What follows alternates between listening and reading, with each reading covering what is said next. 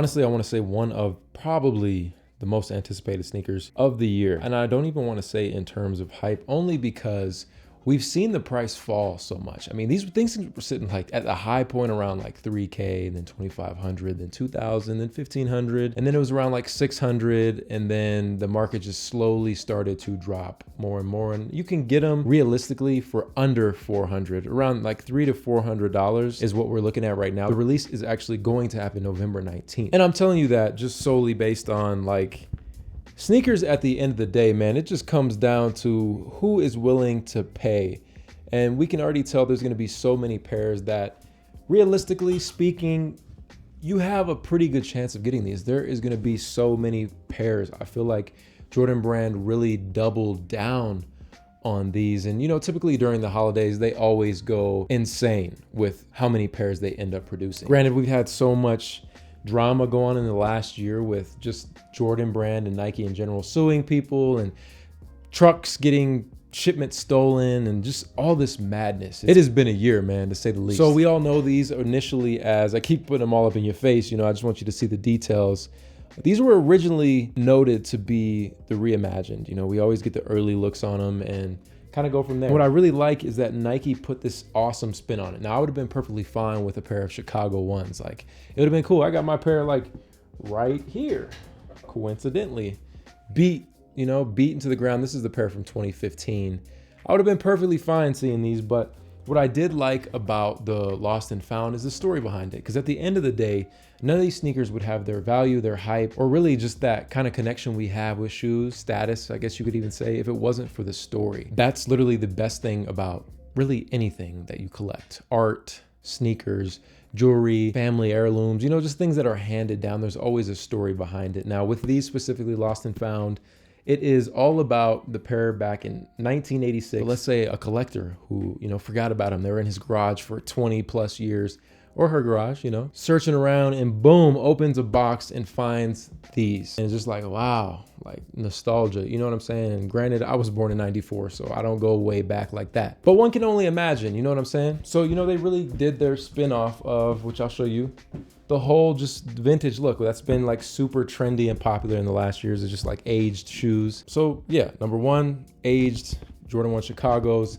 They tried to do like an aged box, which I thought was really cool. And they finished it off with these classic invoices, man. The days before there was POS systems and all this madness, you just got a simple little slip. I mean, you go to the dry cleaners or a laundromat or something, you can still get one of these, man, in case you wanted to feel that nostalgia.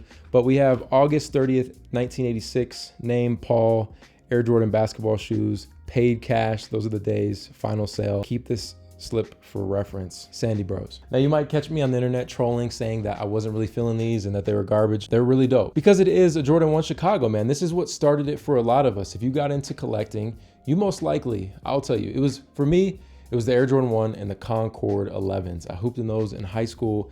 Those were just kind of my go-tos. And, you know, we could even say Jordan 10s as well. Nobody's ever going to be mad at a classic. So on the toe box, what they did throughout like the white paneled leather is kind of made it like this grainy, almost like worn out feel. And what I like about that is, like, over time, as you wear these, hands down, I would say out of all my sneakers, the Jordan 1 beat to death looks the best. So since these are already vintage worn, I truly think like throughout time, wearing these over the course of a year, or really just depending on how much you wear them, they're gonna end up looking really dope. Now, I have a dead stock pair here, so I'll just show you guys kind of how it looks coming out of the box. I did lace those up. I will be giving these away on Whatnot. If you guys want to follow me on there, I'm going to do my stream on Sunday.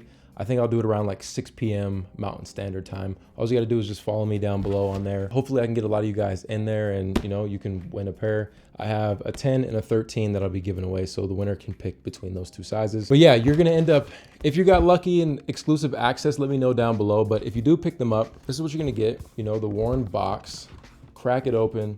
We'll have this really nice Air Jordan kind of like newspaper look. It's really like all the details. You see right here, Air Jordan Nike Super Sale, regularly $65.90. Right now, $29.99, first quality leather. Imagine if Jordan 1s were $29.99. Granted, inflation, $30 in 1986 is equal to $76.52 in 2022. Comes with two different laces. You'll have the black and white. One thing I do wish is that the laces were a little bit kind of like, what's the cut, like a cream color. They're just full blown white, which realistically, I would assume leaving these in the box for years, they would get a little hue to them, you know what I mean? And yeah, that is how the shoe is going to come. Now, in terms of just my advice on scooping these, you know, obviously enter every raffle you can. And you know, sometimes a lot of people just don't want to take the L. We are grown people. We work extremely hard. If you want a shoe, there's nothing wrong with paying resale. I personally would probably wait to pay, since they are going to release on the 19th. This is worst comes to worst scenario, right? If they're going to release on the 19th, pairs, people who hit are going to list them. They're going to flood the market. Same thing happened with StockX. Once people realized how many pairs they were, they started flooding the market and it dropped the price. Same thing is going to happen. I would say within 2 weeks after the release date typically is the best time to buy, just because there's so many people who tried to buy them just to like make a few bucks, and then they realize like, oh damn, I need money. That's usually how it goes. And then you have like 2 weeks and beyond, like I would say anywhere 6 months to a year, they're going to fluctuate in price. And then usually after a year is when they just skyrocket and you're like, damn, I could have bought those for 300 bucks. And that's typically how most sneakers work, depending on what it is. You know, this shoe, like I want to say 2 years ago, 3 years ago, would have easily been $1,000 shoe on release day. But I just don't think times are like that right now. So that's great for all of us. Now, when you throw them on feet, man, they are true to size. Man, what a beautiful shoe. What I love about these is that they're just so timeless and versatile. You could honestly wear these every single day. Like, they match with so many things. It's just a classic. Definitely go true to size if you end up picking them up. And you guys let me know, man, is this a cop or a drop? Will you be going for these lost and found ones, or are you gonna pass on them? You know, sometimes it's to each his own. Knowing me, I'll probably sleep in on release day and miss out like I always do. But there you guys have it, man. This is your boy Sneaker Life. Hope you guys enjoyed today's review. If you're brand new to the channel, hit that subscribe button for more sneaker reviews. Let me know what you guys would like to see in other videos, or what you really liked about this one. I'll catch you guys in the next one. Run it. Hands in the air now.